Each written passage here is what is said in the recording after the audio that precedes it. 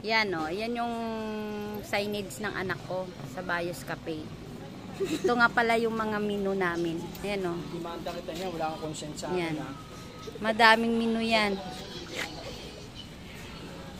Si Scorpio masyadong papansin eh. Ayan. Ito yung aming kapian. Yan, kapian ng anak ko yan. Tapos dito sa labas, ayan, may mga kunting paninda. Ayan, kunti lang mga paninda. Ayan. Ito nga palang ang aking mga anakis. Ayan. Yung isa ko pang anakis, ayan o, yan. Ito yung anakis ko pang isa, yan. Yan. Ito yung may-ari nga pala ng Bios Cafe. Yan. Yan. Yan yung may-ari ng Bios Cafe. Ilalabas ka talaga. Ito yung mga anak ko sa labas, yan. Mga Angel's Burger yan. Ito naman yung aking pinakamagandang pamangkin, yan. Tsaka ito, yan. Yan. Ito yung aming anuhan ng kape, yan. Yan. Tama ba? Copy mo nasa cellphone mo. Ayan yung mga menu. Ito lang yung price namin, ito lang. 16 ounce 44, tapos yung 22 ounce 59. 'Di ba? Napakamura. Tapos ayan yung mga menu namin. Ito yung coffee, ito yung non-coffee. Non-coffee at saka ito yung mga fruity. Yan. Ayan yung mga ingredients natin, oh. Yan. Yan, mga stock.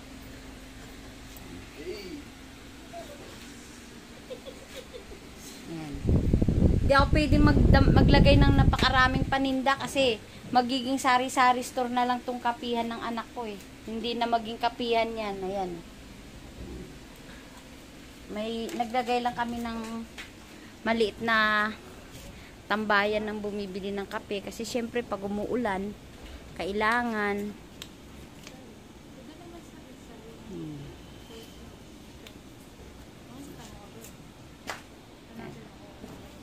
ito naman, yan, busy sa assignment yan. Ito naman, anak ko, alagaan mo na yung anak mo. Ay, nadulas. Sige. Bukas naman natin itutuloy ito, mga kabebs vlog. Kasi, anong oras naman na, oh. Ayan, pasara na kami, mga 12 o'clock. Mga 12 o'clock. Ito nga pala yung paninda din namin, no? Cheese stick, tapos fries overload. Tapos ito naman, yan, may nagbayad sa akin, no? Takpias na 20. Ito naman yung aking mga fishy.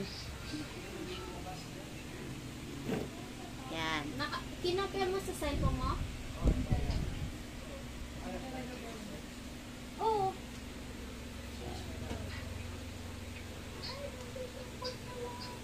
Yan yung mga meaning ng mga kape na nilagay ng anak ko. Dati yung simula namin dito lang kami sa kalye, sa labas. Ayan, sa labas. Dito lang sa labas. Naawa ako sa mga naawa ako sa mga customer namin na bumibili, nababasa ng ulan. Ito pala yung katuwang ko sa pagbablog. Yan, napakagandang dilag.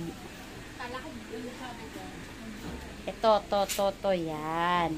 Ito naman yung isang pamangkin ko. Walang ginawa, di kumain ng ice candy. Okay. Bukas naman.